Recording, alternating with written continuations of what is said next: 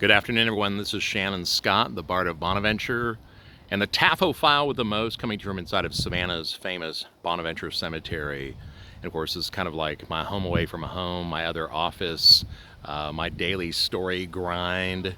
But I thought I would share with you all a tale of maybe a witch or a sea hag, and also the friendship that she shared with a writer named Emily Burke.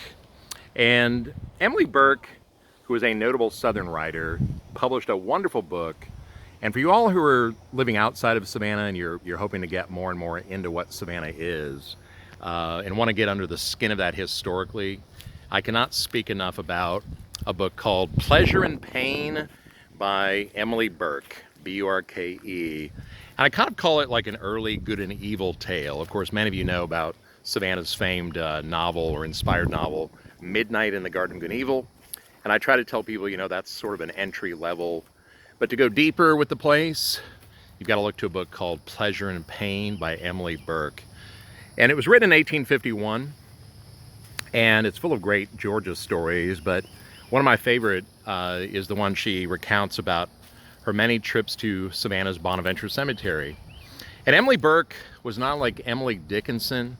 She had a hell of a time being published in the 19th century as a woman. But what was seen as permissible and came with a note of risque were women publishing their diaries. And I suppose, that seemed pretty novel to maybe the world of other women and also the men out there, right? I don't know if you'd be caught as a man, buying a lady's diary. Maybe there was a back room. Hey, you want to see the ladies' diaries? We got a little plane going overhead. But nonetheless, to subsidize that career of being a diarist, Emily Burke basically became a school teacher, or was a school teacher, at the Savannah Female Orphanage. And if you're ever in Savannah and you're on Green Square for Nathaniel Green, you'll find the famous Second African Baptist Church, where Martin Luther King Jr. Tried his hand at an early version of I Have a Dream speech, or the famed I Have a Dream speech. But catty-corner to the Second African Baptist Church is a pair of seafoam green houses, which also have kind of some notable haunted history, but that'll be another story. But anyway, this was the old orphanage, and Emily Burke was at its post as school marm and everything that it was, or that she was, to the place from 1844 to 1851. And for 7 years, Emily Burke dealt with a variety of life stories. It was not uncommon for women who had had children out of wedlock getting dumped there on that porch. And of course, in a town which really had 40 brothels any day of the week, if you wanted to do something else as a woman, you went to the Savannah Female Orphanage. And so, as I always tried to relate, can you really imagine what it was to be the woman in charge of steering, let's say, those downtrodden, maybe even sordid lives to a better place? Well, there was a lot of hardship, and people in town, they whispered and they stared about Emily Burke as being kind of that woman associated with those buildings, or that particular orphanage. And she knew the price of all that, but I'm sure at times it felt heavy. But here's the beauty: what lifted that shadow from Emily's brow week in and week out was a horse ride to Bonaventure every Sunday for 7 years without fail. Never missed it. It was her special day. And when she arrived here, it was this heavenly garden that just kind of lifted the shadow. And ultimately, it restored her spirit and gave her the fortitude to go back to town to fight the good fight at the Savannah Female Orphanage. But then there came a time when she was being reassigned to a new teaching post in Rhode Island, and she wanted to take a final ride to her beloved Bonaventure.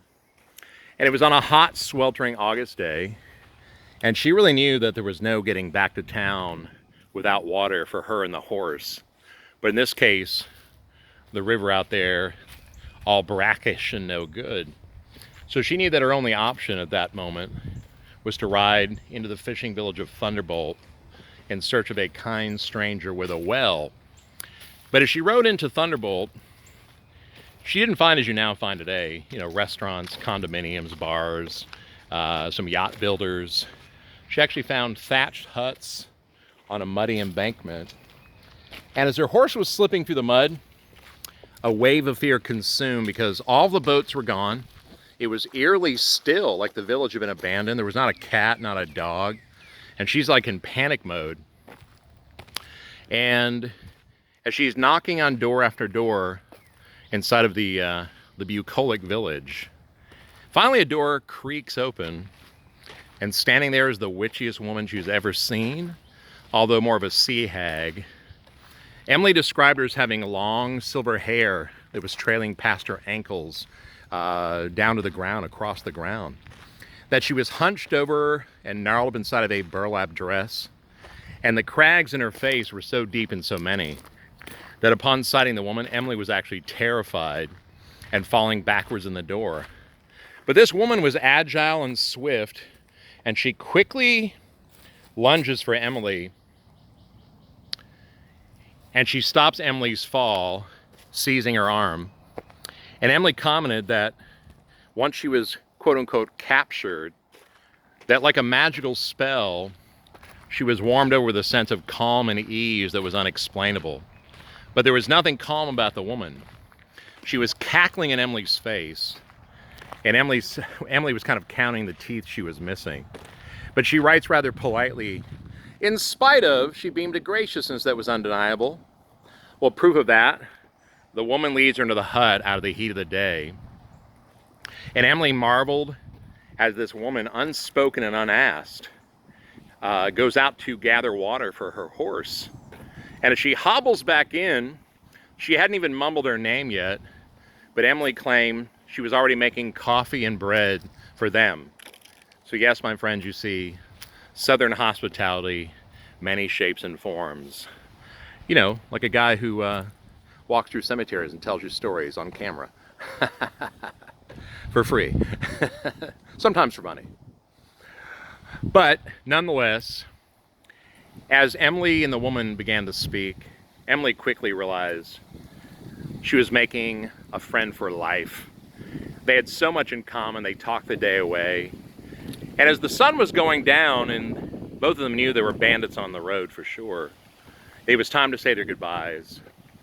And Emily was back up on the horse, and the old woman stared up. Emily, when you travel back this way, be sure to stop by and we'll do this again.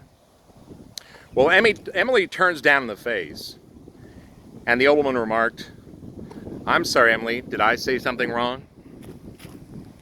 Well, she looks back, and with tears running down her face, Emily says, I've been assigned to the north, and I fear this is the last time I will ever see this place. And with that, the old woman leaned her head back, and she lets go of this cackle that's carrying through Bonaventure, cracking off the trees, scaring crows, actually. And Emily's kind of exasperated. Old woman, why are you making fun? Well, when she calmed down, her answer, well, my dear, once you've tasted these waters, you will always thirst for them. And many months later, as Emily was writing this story into her diary that becomes the book, Pleasure and Pain, she suddenly realized that the woman was right. No matter how close she put her feet to the flames that night, she could not rub warmth back in. And realizing that was more than physical, she wrote these words, Bonaventure has cursed me, is commanding me to return. Well, I'm happy to say in the end, Emily heeds the old curse. She made these grounds a regular part of her life path, her journey, her meditation. And as odd as it is to say to you here at the end, it's also my wish for you. I hope that Bonaventure will curse you in the same good ways, just like it did Emily Burke a long time ago. So yes, this is kind of what I'm doing day in and day out for the visitors here. And of course you, watching my videos now and again. I'm cursing you in the best possible way. Well, ladies and gents out there, Thanks for taking in another episode of Shannon Scott the Storyist here in Bonaventure. It's been a pleasure to have you along on such a beautiful May day. And don't be cursed for too long without a visit to Bonaventure. Otherwise, we'll start to miss you. So check us out at bonaventurecemetery.com, shannonscott.com, Facebook pages of the same, Instagram of similar, and remember, everyone can give you a tour of Bonaventure, but can they really take you on a story journey? Well, that's what we do out here. So know the difference. Come experience it for yourself. And until the next time, be well, lots of love and light, and may everything in your life stay good.